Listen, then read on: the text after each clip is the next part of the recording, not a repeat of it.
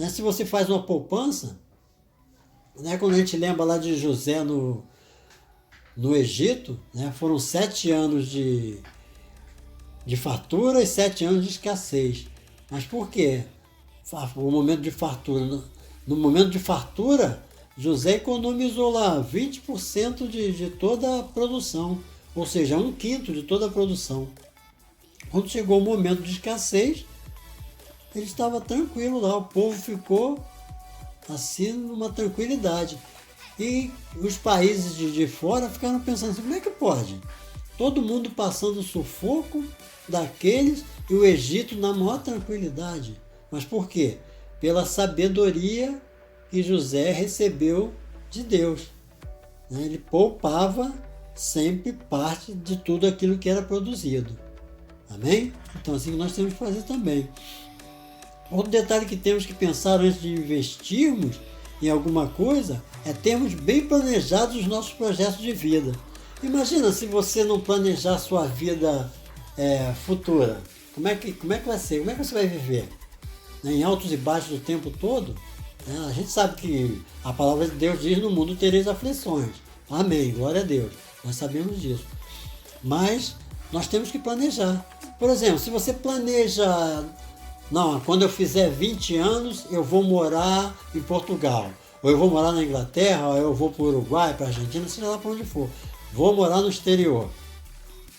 Só que você pensa isso, que em morar no exterior, só que você vem e compra uma casa, um apartamento para pagar em 15 anos ou 20 anos pagando um apartamento.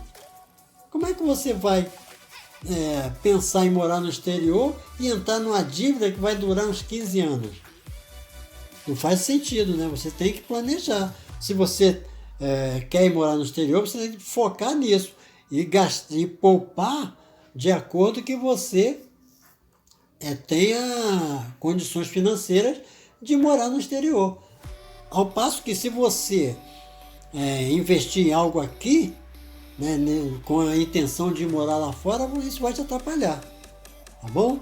Por exemplo, outra coisa, se você quer comprar uma casa pela Caixa, já viu, né? Casa pela Caixa, você fica velho e não acaba de pagar. Não é isso? Então você quer comprar uma casa pela Caixa. Aí você quer comprar casa pela Caixa, mas surgiu um carro novo aí, caro pra caramba, você quer comprar aquele carro novo para pagar em 5 anos. Você vai gastar o dinheiro, isso vai te atrapalhar. Então você tem que planejar os seus projetos de vida de acordo que nada entre nesse intervalo para você alcançar aquele seu objetivo. Ou seja, você tem que focar no seu objetivo. Tá bom? Mesma coisa se você quer montar uma empresa. Você quer montar uma empresa, né, de telecomunicações, uma empresa de advocacia, um escritório de advocacia e outra coisa, uma empresa de telemarketing. Então, se você focar naquilo, se aquele é seu objetivo, né, as metas que você tem que traçar não podem ter gastos que atrapalhem você alcançar esse objetivo. Amém? Outra coisa importante, é extremamente importante saber se os seus projetos estão dentro dos propósitos de Deus para a sua vida. Por que eu estou falando isso? Porque às vezes os seus propósitos, os seus projetos estão dentro do propósito de Deus para a sua vida. Aí você monta a empresa, né? Aí começa a se envolver em coisas erradas. A sua empresa começa a se envolver em coisas erradas, né? Licitações fraudulentas, recebimentos ilícitos, né? Cai na malha fina do imposto de renda por sonegação, ou sonegação de ICMS, sonegação de ISS. Você está dentro do propósito de Deus, mas a sua empresa não está. E a coisa tem que andar junto. Você está no propósito de Deus, né? Se é aquela empresa ali, aquele ramo de atividade, é o que Deus propôs para você, que você tem certeza que aquilo é propósito de Deus, então você tem que estar alinhado com a sua empresa e sua empresa contigo. Tá bom? Não pode ser você alinhado com o propósito de Deus e a empresa não. Amém? Então tem que estar junto. Então é extremamente importante saber se os seus projetos estão dentro dos propósitos de Deus para a sua vida. Amém? Outra coisa, essa aí eu sei que você sabe. Eu não sabia, eu aprendi agora. Qual é o nome do Deus do dinheiro? Qual é o nome do Deus do dinheiro? Você sabe? Ah, tá. Você respondeu Mamon, não é isso? Muito bem, Mamon. Só que Mamon não é um Deus. Mamon não é um Deus. Quando Jesus usa esse versículo, lá em Mateus 6:24, né, ninguém pode servir a dois senhores, porque ou há de odiar um e amar o outro, ou se dedicará a um e desprezará o outro.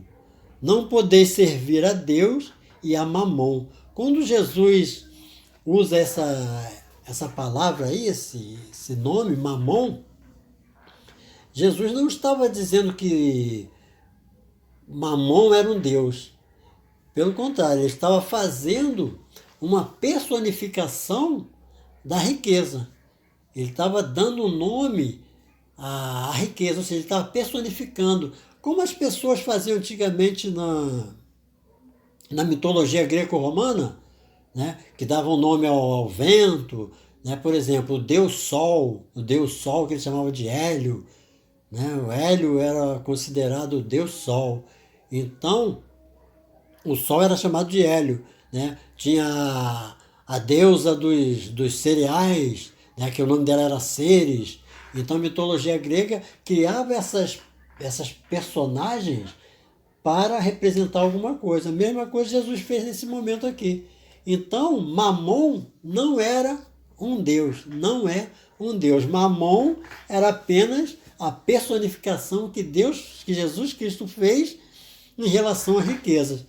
Até mesmo se você for procurar mais a fundo o texto bíblico, né, os originais, vamos dizer assim, né, os textos originais, você lá no grego, é claro que Jesus é no Novo Testamento, se você procurar lá Mamon, você vai ver que Mamon no grego significa mamonas, né? Não mamonas como nós conhecemos aqui, mas a palavra em grego é mamonas, né, que significa riqueza.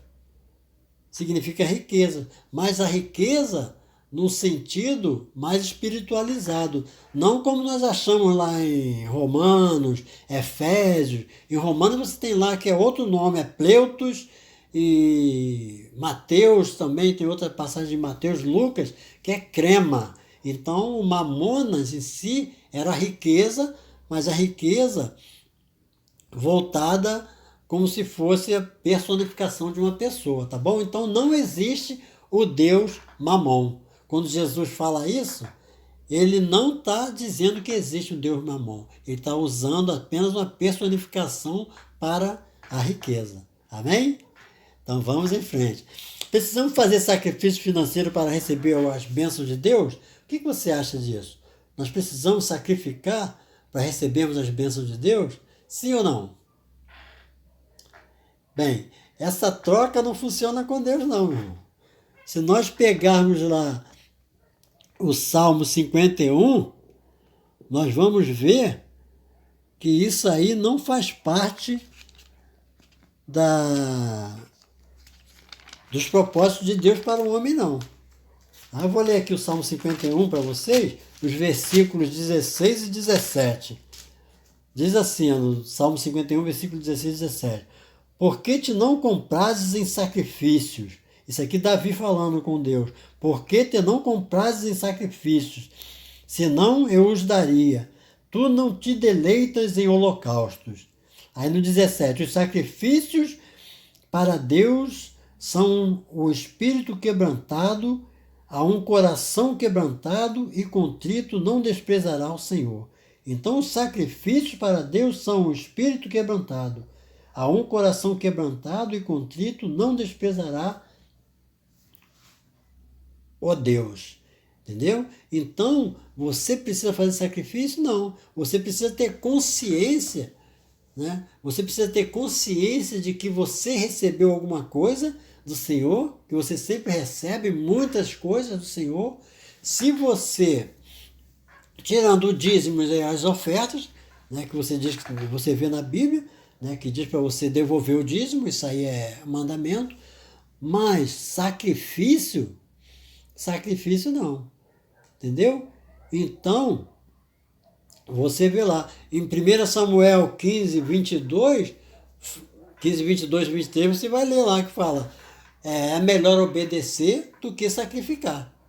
Né? Então, o sacrifício não condiz muito, não funciona muito com o Senhor, não. Você querer fazer a troca, né? Barganhar com o Senhor, não. Eu vou fazer um sacrifício para o Senhor me dar tal coisa. Não é assim que funciona. Né? O Senhor, ele é dono de tudo. Né? Ele é dono, ele tem todo o poder. Ele faz o que ele quer na hora que ele quer. Né? E se ele quiser fazer, ele faz. Amém? Então, se alguém te propor, vamos fazer um sacrifício financeiro para receber bênção de Deus. Não. Você pode até fazer um sacrifício, né? Não diria nem um sacrifício, você pode fazer assim, um esforço a mais, não um sacrifício, um esforço a mais para honrar o Senhor por tudo que Ele tem feito na tua vida, por todas as bênçãos que Ele tem te proporcionado, né? Por todas as bênçãos que você tem recebido, aí sim. Mas não dizer que você tem que fazer um sacrifício para receber algo em troca, porque isso aí não funciona com Deus, tá bom? Então vamos em frente. Provérbios 23, 4, né? Você trabalha para ficar rico ou pelo propósito que Deus te dá? Você trabalha muito? Provérbios 23, versículo 4, diz assim, Provérbios 23, 4. Não te canses para enriqueceres, dá de mão a tua própria sabedoria. Então, às vezes você trabalha muito para ficar rico, né? Se você trabalha para ficar rico, ou pelo propósito que você tem com Deus, que Deus tem para contigo. Você trabalha muito ou pouco? Mas se você trabalha muito, às vezes você trabalha muito e em vão, e não recebe tanto quanto poderia receber ou deveria receber. Há pessoas que trabalham bem menos que você e recebem bem mais que você. Então, a palavra de Deus já diz aqui, não te canses para enriqueceres, dá de mão a tua própria sabedoria. Ainda diz assim no 5º, porventura fitarás os olhos naquilo que não é nada? Porque certamente isso te fará asas e voará ao céu como a águia.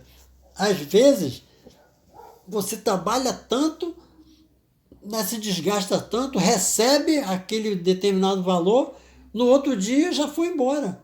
Aí vai exatamente de acordo com o versículo 5. Porventura, fitarás os olhos naquilo que não é nada? Por quê? Acabou não sendo nada. Você recebeu, não tirou proveito nenhum daquilo. Ele já foi, porque certamente isso se fará asas e voará ao céu como a águia. Foi embora.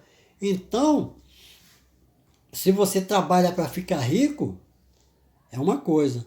Né? Agora, se você trabalha com o propósito que Deus te deu, aí é diferente. Amém? É porque, às vezes, o que acontece? Às vezes, as contas nos fazem trabalhar pelo dinheiro. E a gente esquece dos propósitos, principalmente de Deus. Então, nós não podemos esquecer. Né? Não trabalhar só pelo dinheiro, mas trabalhar, como eu falei anteriormente, no começo da aula, trabalhar em prol do próximo. Né? Você saber que você vai receber, né? E vai poder ajudar alguém. Tá bom? O dinheiro que você recebe, né? Você tem que saber isso, que o dinheiro que você recebe com o suor do seu trabalho, você o recebe das mãos dos homens. Mas ele não vem dos homens, e sim de Deus. Olha que maravilha isso. Quando nós chegamos à conscientização desse detalhe, isso é maravilhoso nas nossas vidas. Porque você sabe que você trabalhou, né? Por que você trabalhou? Por que você foi trabalhar? Primeiro, que o Senhor te deu saúde, te deu discernimento, te deu força e te proporcionou, abriu as janelas dos céus e te proporcionou esse emprego, esse trabalho. Então, a princípio, você já foi trabalhar por isso. Depois você recebe. né, por aquele trabalho que você fez. Ou seja, você trabalhou para beneficiar alguém. Você não trabalhou só para receber aquele dinheiro. Você trabalhou para beneficiar alguém. Se você trabalhou, você ajudou alguém.